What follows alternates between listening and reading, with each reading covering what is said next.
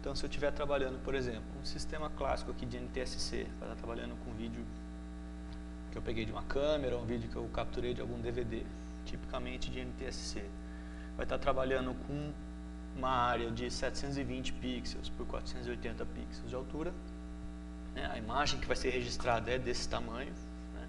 720 por 480. E vai registrar 30 quadros por segundo, não exatamente precisos, né? Porque o sistema NTSC, a cada 1000 quadros, ele atrasa 1. Então é 30 sobre 1.001. Dá o que a gente aproxima com 29,97 quadros por segundo no sistema NTSC.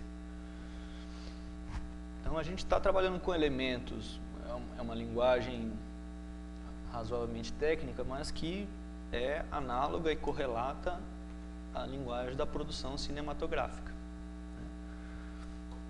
Tudo que é registrado aqui nessa imagem, nessa minha cena tridimensional, vou pegar alguma outra aqui.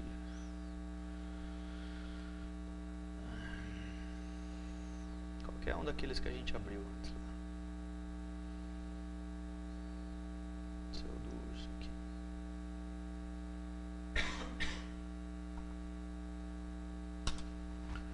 Então, se eu for fotografar essa minha cena aqui, vai estar trabalhando com essa resolução que a pessoa colocou lá, no caso 800 por 600. Quando eu fotografar esse meu instante, ele vai computar tudo que existe aqui de termos de luz, de iluminação, essa lâmpada, essa lâmpada, essa lâmpada, essa lâmpada. Tudo isso gera pseudofótons que vão atingir os elementos que é o cenário e que são os personagens da minha situação, vai refletir uma quantidade de luz de volta para a câmera. Não havendo luz, naturalmente eu vou ver tudo preto, vou fotografar uma imagem em preto, mas havendo luz na minha cena, os meus atores e a minha cenografia vai refletir um tanto de luz na câmera que vai fotografar a minha cena gerando uma imagem rasterizada, um mapa de pixels com valores de cor cada um deles. Valores de cada pixel aqui desses 800 por 600 tem uma informação de cor RGB mais a transparência, se tiver habilitada a transparência, né? Quando eu faço sucessão de fotografias como essa, de renderizações como essa, eu tenho uma sequência de imagens que nós tipicamente somos tapeados como estamos assistindo um vídeo, né? Temos a ilusão de que a coisa está se movendo. Nós estamos vendo uma sucessão de imagens e tendo a ilusão de que é um filme, né? É uma animação.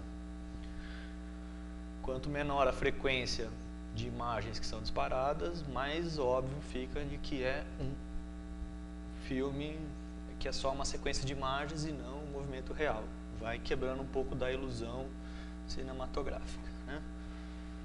Os teóricos dizem que 24 quadros por segundo é o que define meio que o limiar de percepção nosso, mas eu não sei, eu acho que é um pouco mais subjetivo, assim, não é 6 bilhões de pessoas percebem com 23, percebem com 24, não, né? Mas é importante perceber que existe um sistema de iluminação que atinge os objetos da minha cena, que refletem com base nas suas propriedades do material do qual ele é configurado, tanto de luz que ele reflete ou que ele absorve, eu vou definir aqui, e vai atingir a minha câmera resultando uma imagem. E a sequência dessas imagens vai nos dar a ilusão de uma animação ou de um vídeo, né? Então, quando a gente vê aqui no Blender que a gente animou a minha cena e está vendo o resultado disso já renderizado, esse processo de renderização vai ser rápido ou lento de acordo com a complexidade da cena que eu estou renderizando.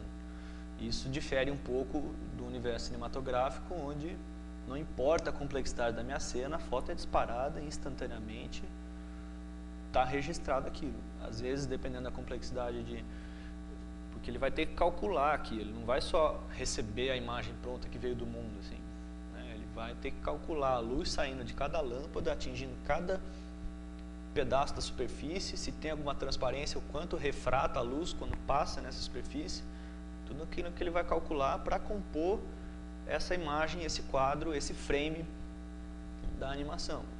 dependendo da complexidade, podemos ter horas de renderização para ter um quadro da imagem. Se for fazer um longa-metragem, vocês já imaginam o tempo que fica só o computador trabalhando.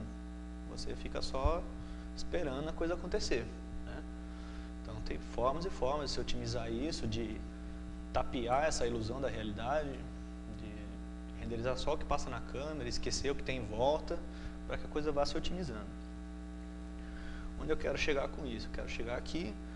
A renderização, apesar de ser análogo ao cinema, ela tem essa divergência, porque ele vai calcular aquele espaço para resultar uma imagem. E aí esse é um processo um pouco demorado, mas uma vez que está pronto é instantâneo. Você tem uma sequência de imagens muito fácil de manipular aqui no Blender em termos de sequência, né? Se eu carregar aqui, ó, vou pegar uma bem simples para poder ser meio rápido aqui.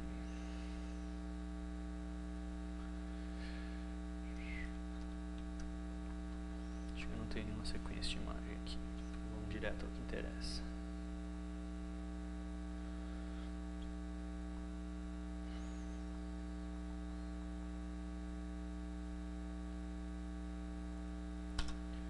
Tá. Uma vez que eu tenho conjunto de imagens e vídeos renderizados na minha cena de computação gráfica, armazenados no meu disco, eu consigo facilmente trazê-las aqui para a interface e sequenciar elas para que elas tenham o aspecto de um filme. Aí eu posso aplicar toda a ciência de edição de áudio e de vídeo para combinar esses elementos já prontos de imagem e dar o acabamento na minha questão. Então, quando eu disse que ele é um editor de texto, um ilustrador vetorial, um editor de imagem, modelagem e animação, ele também vai necessariamente passar para a questão de edição de áudio e de vídeo, né? Dentro aqui do próprio programa, quando eu já tiver finalizado essas etapas e já tiver a minha animação renderizada, concluída, seja em sequência de imagem ou num container de vídeo, eu vou conseguir encadear e organizar isso, fazer fusão entre cenas, fazer passagens complexas entre uma cena e outra, para estar fazendo a finalização do meu filme, né? Não é só modelar, animar, eu não vou fazer todas as fusões e transições dentro do universo tridimensional, eu vou renderizar as minhas cenas e aí eu vou, como se fosse numa ilha de edição, numa mesa de corte, pegar as minhas cenas prontas, né? Quando você pega uma câmera e vai fazer um filme, você não filma ele de ponta a ponta, assim, né? A não sei que seja a sua proposta de fazer, mas você filma pedaço, depois você recorta os pedaços, onde tem transição, você faz uma fusão de uma cena para outra, e aí você monta o seu filme a posteriori. Na computação gráfica, na questão da animação, a gente se vale dos mesmos elementos.